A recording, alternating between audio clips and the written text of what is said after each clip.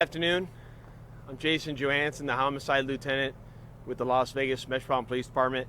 I'm here this afternoon to brief you on a homicide investigation that we're currently conducting at the 3300 block of Iberia.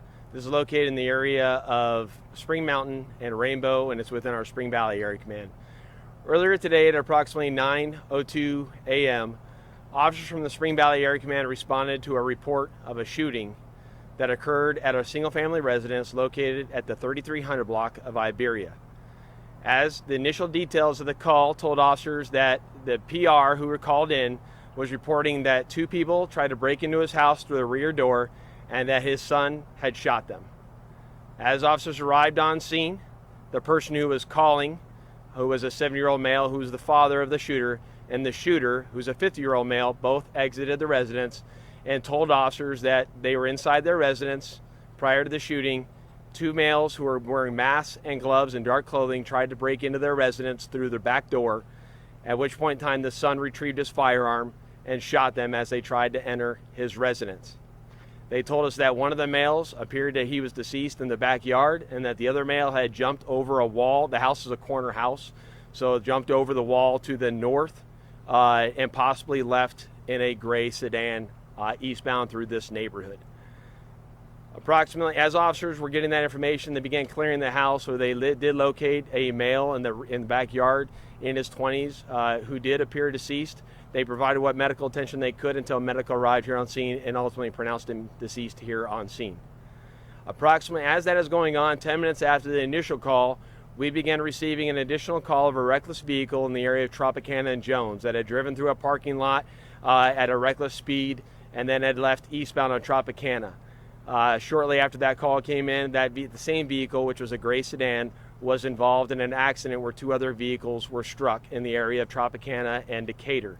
The driver and sole occupant of that vehicle exited the vehicle. He was also wearing dark clothing, and as officers arrived, he was located to have a gunshot wound to his lower leg that was non-life-threatening. But based on the details, we automatically believed it was connected to this incident, and we do at this time based on the information that I have. That male was transported to the hospital where his non-life-threatening injuries, and he's currently in custody related to this event. Based on those details I just provided you, my homicide team, we have responded. We've taken over this investigation. We'll be out for the next few hours as we canvass the area, looking for additional surveillance video, looking for additional witnesses in the area, and continuing to interview the father and son. Both of them are extremely cooperative related to this incident.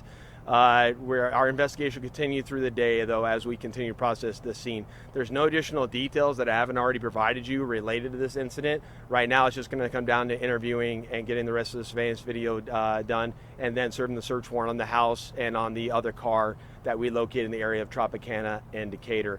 I encourage anyone with any other information related to this incident to please reach out to Crime Stoppers of Nevada if you wish to remain anonymous, or reach out through to the LVMPD homicide section. On that note, also, we are reviewing any other home burglaries, home break-ins, or anything like that that occurred in this area to see if there is a possible connection. We do know of one other event that happened earlier today that we are investigating also that might be connected to the same car and same people, but we have not been able to confirm that yet. But I just make sure it's important the public knows we do go back and we are going to go look and review those events to see if these suspects are connected to any other events. With that, I'll take any additional questions you may have. Go ahead, Denise. There would be no charges against the homeowners? At this point in time, this shooting appears to be done in self-defense. Two people are in their home as two people wearing masks, dark clothing, attempt to break into their house through a rear door. It appears it's going down the route, in my opinion, where we're looking at a self-defense shooting, and I don't anticipate there being any charges based on the details I have right now. Were the suspects armed? Do you know? I don't have that information right now. So, but it's important to know, even on a case like this, we still do a full investigation. We still do a full review with the Clark County District Attorney's Office. We don't just arbitrarily make that decision on our own. All right. Thank you, everyone. Very much appreciate your time. Thanks.